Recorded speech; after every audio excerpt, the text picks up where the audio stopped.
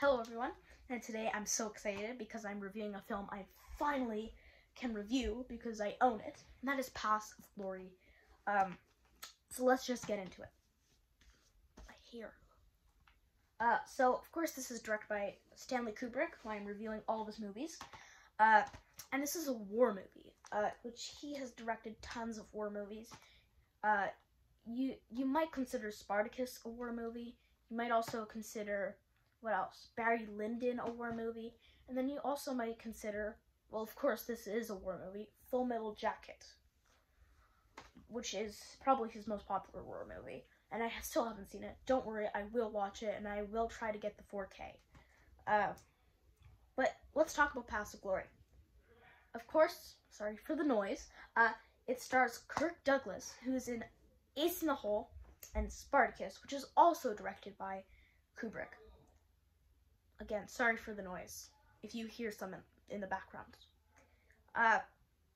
Ralph Meeker, who is in Kiss Me Deadly, I still haven't seen that. He is pretty good. I don't love him, though. And if you're wondering what's inside, I'm just going to do that, but I'm not going through the booklet. I'm not going to show you what's behind. Okay, that's fine. Because my previous video, which is my longest video, covers... I unboxed this, and I unboxed 4 other movies, 3 Criterions and 1 Blu-ray, for Christmas. But let's just get back to the cast. Adolphe Menjou, I really do love in this movie. He plays such a good character. And then George McReady plays such a bad character, and I hate him, but he does a great job. And then I forgot to say how much I love Kirk Douglas's performance. I think he gives a career-defining performance as Colonel Dax. And I do think this movie is way ahead of its time because... Sorry, I'm just going to back that up. I mean, this movies back in the day didn't have this much violence, and this does have a lot of violence. I mean, Kubrick's movies were way ahead of its time in terms of, like, subject matter and stuff like that. Lolita. But I'm not going to take that out, no. This was made by UCLA, or, like, done some UCLA had something to do with this, like the transfer. But this movie did come out in 1957, which is a great year for movies. I mean, I reviewed The Seventh Seal, and then I will review 12 Angry Men on the channel. Also unbox that on the video, the previous one. But you also might call this, besides a war movie, a courtroom drama, because here's where we get to the spoilers. Just warning you right now, because if you complain, well, I mean, that's your fault, because technically you didn't watch it, and I did warn you. So, here's the spoilers.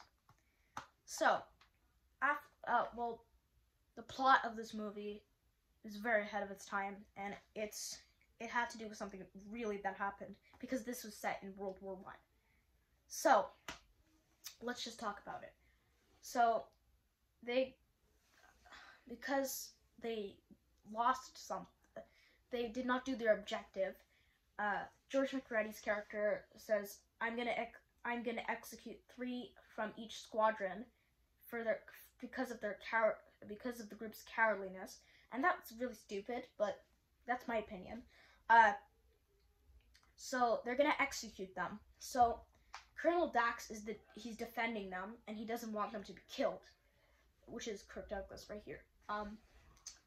So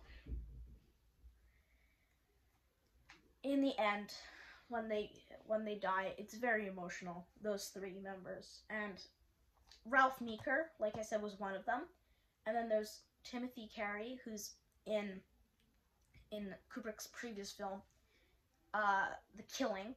And then there's also, I think, Joe Turkel, which for some reason reminds me of musician Lou Reed. Dogs. But on 10, I rated it a 10 because I absolutely love this. This is a masterpiece. And I would say, besides The Killing, this is really Kubrick's best movie. It's like so amazing and so captivating. Sorry if I'm wobbling this. So captivating, and it's only 88 minutes. It's under 90, which is amazing.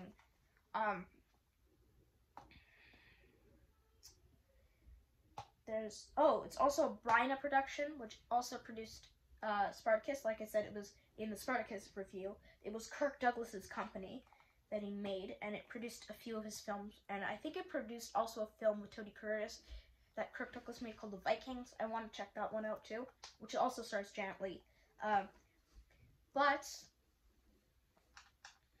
this film is very captivating and amazing, and sorry, I just got a notification. I was trying to read it. Sorry for all the interruptions in all of these videos. It's very unexpected.